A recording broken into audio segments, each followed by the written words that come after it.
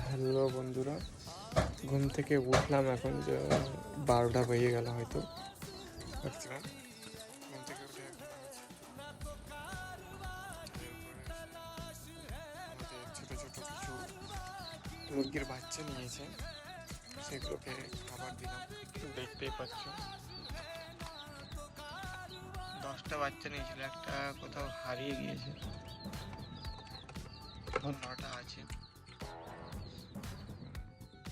আজকে প্রচুর রৌদ্র উঠেছে, আর এই একটা আমি নিয়েছি, এটা বড় একটা দেশি মুরগি।